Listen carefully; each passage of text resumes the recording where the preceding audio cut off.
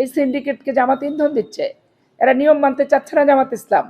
দলের ভাবমূর্তি, সরকারের ভাবমূর্তি নষ্ট করার জন্য ব্যাপকভাবে ব্যস্ত জামাত ইসলাম।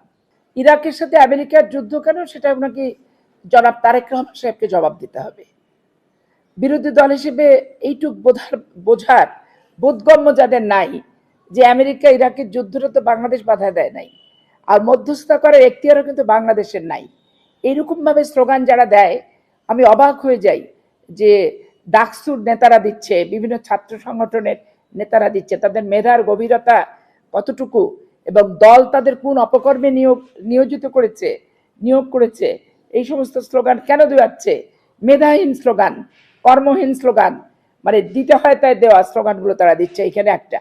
আর তেলের ব্যাপারটা হচ্ছে, দেখেন এর আগে ইরান ইরাক যুদ্ধ হয়েছে, তারপরে বিভিন্ন মধ্যপ্রাচ্যে আফগানিস্তানের সাথে যুদ্ধ হয়েছে, সেখানেও আপনারা দেখছেন যে মধ্যপ্রাচ্যটাই হচ্ছে তেলের খনি।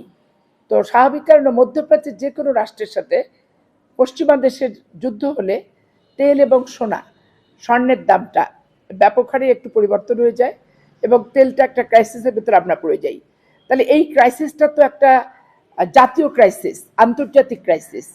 দেখেন এই ক্ষেত্রে জামাত ইসলামের কোনো দায়িত্বশীল আচরণই নাই। আমি কদিন আগে নুরুল ইসলাম বুলবুলকে যে বলছে, কেন আপনি হেলমেট চেক করবেন, কেন আপনি লাইসেন্স চেক করবেন, তেল নিতে আসতে আপনি তেল দিয়ে দিবেন, এ কথার পাশটাতে কি বোঝা যায়? যে তারা ওই যে তেল নিয়ে যে দিয়ারে 400 টাকা 500 টাকা লিটার বিক্রি করছে, এই সিন্ডিকেটকে জামাত ইন্ধন দিচ্ছে। এরা নিয়ম মানতে চাচ্ছে না জামাত ইসলাম, শৃঙ্খলা মানতে চাচ্ছে না। একটা লোক 10 বার তেল নিবে অপ্রয়োজনীয় ভাবে, এটাও তারা বোঝার চেষ্টা করছে না।